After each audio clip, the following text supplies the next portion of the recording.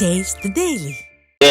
பொறியியல் முடிக்கக்கூடிய மாணவிக்கு பாலியல் வன்கொடுமை செய்யப்பட்ட வழக்கில் திமுக நிர்வாகி ஞானசேகரன் என்பவன் கைது செய்யப்பட்டிருக்கிறான். இந்த வழக்கில் பல்வேறு குற்றவாளிகள் சம்பந்தப்பட்டிருப்பதாக தொடர்ந்து எதிர்க்கட்சியாக இருக்கக்கூடிய அனைத்து இந்திய அண்ணா திராவிட முன்னேற்ற கழகம் குற்றம் சாட்டியிருக்கிறது. குறிப்பாக ஞானசேகரன் குறிப்பிட்டு வரக்கூடிய சார் அந்த யார் இந்த சார் என்ற வாசகம் அடங்கி தொடர் போராட்டங்களை முன்னெடுத்தது, ஆர்ப்பாட்டம் நடத்தியது. அதே போன்று யார் அந்த சார் என்பது குறித்து சட்டமன்றத்தில் மிகப்பெரிய கருப்பு சட்டை அணிந்து, அதே போன்று யார் அந்த சார் என்கிற பேச்சை அணிந்து அனைத்து இந்திய அண்ணா திராவிட முன்னேற்ற கழகம் தொடர்ந்து இதற்கு வலிமையான கண்டனங்களையும் போராட்டங்களையும் அதே போன்று விழிப்புணர்வுகள் அடங்கிய துண்டு பிரசுரங்கள் என பல்வேறு விதமாக இந்த போராட்டத்தை முன்னெடுத்தது. இந்த நிலையில் அண்ணா பல்கலைக்கழகத்திலே பாதிக்கப்பட்டிருக்கக்கூடிய மாணவிக்கு நியாயம் கிடைக்க வேண்டும் என்று தொடர்ந்து விசாரணை நடத்தப்பட வேண்டும் என்பதற்காகவும் இதில் சம்பந்தப்பட்டிருப்பவர்கள் யாராக இருந்தாலும் இரும்பு கரம் கொண்டு அடக்கப்பட வேண்டும் என்று சென்னை உயர்நீதிமன்றம் கருத்து தெரிவித்தது. அதோடு 3 IPS அதிகாரிகள் கொண்ட குழு அமைக்கப்பட்டிருக்கிறது. இந்த குழுவிற்கு பெண் நீதிபதி தலைமையிலே இந்த விசாரணை நடைபெறும் என்று அறிவிக்கப்பட்டிருந்தது. இந்த விசாரணையில் குறிப்பாக அரசு தரப்பில் பல்வேறு நெருக்கடிகள் கொடுக்கப்படுவதாக சைபர் கிரைமுடைய DSP-யாக இருந்த ராகவேந்திரன் ரவி என்பவர் தன்னுடைய பணியை ராஜினாமா செய்திருக்கிறார். குறிப்பாக தனக்கு மன உளைச்சலாக இருப்பதாகவும் இந்த விசாரணையில் பல்வேறு நெருக்கடிகளும் அழுத்தங்களும் இருப்பதாலும் தன்னால் சுதந்திரமாக செயல்படவில்லை என்று அவர் கடிதம் அளித்ததாக கூறப்படுகிறது.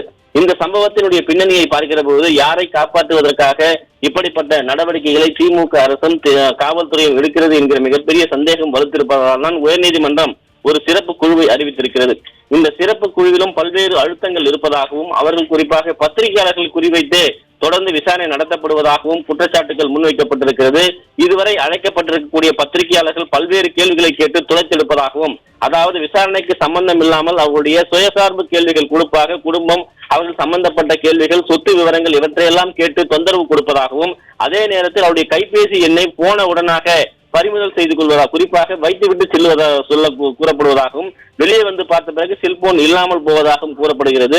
இந்த விசாரணையுடைய பின்னணி என்று பார்க்கிற பொழுது பத்திரிகையாளர்களுக்கு இருக்கக்கூடிய கருத்துக்கள், வெளியீடுகள் எப்படி என்பது தொடர்பான கேள்வியோ விசாரணையோ இல்லாமல் குறிப்பாக நெருக்கடி கொடுக்கக்கூடிய ஒரு நிலையாக இருப்பதாக, மிரட்டப்படுவதாக பத்திரிகையாளர் தரப்பிலே ஒரு வேதனையான கருத்து முன்வைக்கப்படுகிறது. பத்திரிகை என்பது ஜனநாயகத்தினுடைய 4வது தூண் என்று சொல்லப்படுகிறது. ஆனால் இந்த தூண் இன்றைக்கு திமுக ஆட்சியிலே ஜனநாயகத்தினுடைய குரல் வலை நசுக்கப்படுகிறது. ஜனநாயகத்தினுடைய குரல் வலையை காப்போம் என்று மேடைக்கு மேடை முழங்கியவர்கள் எல்லாம் இன்று எங்கே போனார்கள் என்கிற மிகப்பெரிய ஒரு கேள்வி எழுகிறது. பத்திரிகையாளர்கள் என்பவர் சமூகத்தில் நடக்கக்கூடிய பிரச்சனைகளை வெளியிடுகிற போது அவர்களுக்கு அரசியல் சார்ந்தும் காவல்துறை சார்ந்தும் அழுத்தம் கொடுக்கிற போது அவர்கள் எப்படி செய்திகளை வெளியிடுவது என்கிற ஒரு நிலை கேள்விக்குறியாகிறது. இது தொடர்பாக சென்னை உயர்நீதிமன்றத்திலே பத்திரிகையாளர் முறையிட்ட போது இந்த வழக்கினுடைய தீர்ப்பு வழங்கிய நீதிபதி SM சுப்பிரமணியம் அவர்கள் குறிப்பாக இந்த ஏற்கனவே வழங்கப்பட்ட தீர்ப்பினுடைய அடிப்படையிலேயே இந்த விசாரணை இருக்க வேண்டும் என்று அவர் சுட்டிக்காட்டியிருக்கிறார். ஆனாலும் கூட இந்த விசாரணை மடைமாற்றம் செய்வது போல பல்வேறு கோணங்களில் விசாரணை நடத்தப்படுவதால் மிகப்பெரிய துன்புறுத்தலுக்கு பத்திரிகையாளர்கள் ஆளாக்கப்படுகிறார்கள். பத்திரிகையாளருடைய கருத்து சுதந்திரம் காற்றில் பறந்து போயிருக்கிறது திமுக ஆட்சியில் என்றுதான் சொல்ல வேண்டும். ஏற்கனவே விசாரணை நடத்திய காவல்துறை, குறிப்பாக சென்னை மாநகர காவல்துறை இந்த வழக்கில் ஒரே ஒருவர் தான் குற்றவாளி என்று முழு பூசணிக்காயை சோற்றில் மறைப்பது போல ஒரு செய்தியாளர் சந்திப்பை சென்னை மாநகர காவல்துறை ஆணையர் நடத்தியதன் பின்பாக பல்வேறு நிலைகளில் கேள்வியாகவும் போராட்டங்களாகவும் வெடித்திருக்கிறது. பாதிக்கப்பட்ட மாணவிக்கு அநீதி இழைக்கப்படுமோ என்கிற அச்சம் அந்த பெற்றோர்களுக்கும் உறவினருக்கும் ஏற்பட்டிருக்கிறது. அண்ணா பல்கலைக்கழக மாணவர்களுக்கே ஏற்பட்டிருக்கிறது. குறிப்பாக இந்த பின்னணியில் யார் இருக்கிறார்கள் என்கிற மிகப்பெரிய கேள்வி இன்று வரை அதற்கான விடை கிடைக்கப்படவில்லை. குறிப்பாக இந்த பிரச்சனையை பொறுத்தவருக்கு பத்திரிகையாளர்கள் எதற்காக விசாரணை என்ற பெயரில் துன்புறுத்த வேண்டும், அவருடைய பொருட்களை பறிமுதல் செய்ய வேண்டும். சரி, அப்படியே செல்போன் பறிமுதல் செய்யப்பட்டாலும் கூட செல்போன் பறிமுதல் செய்வதற்கான எந்தவித சான்றுகளையும் அவர்கள் வழங்குவதில்லை.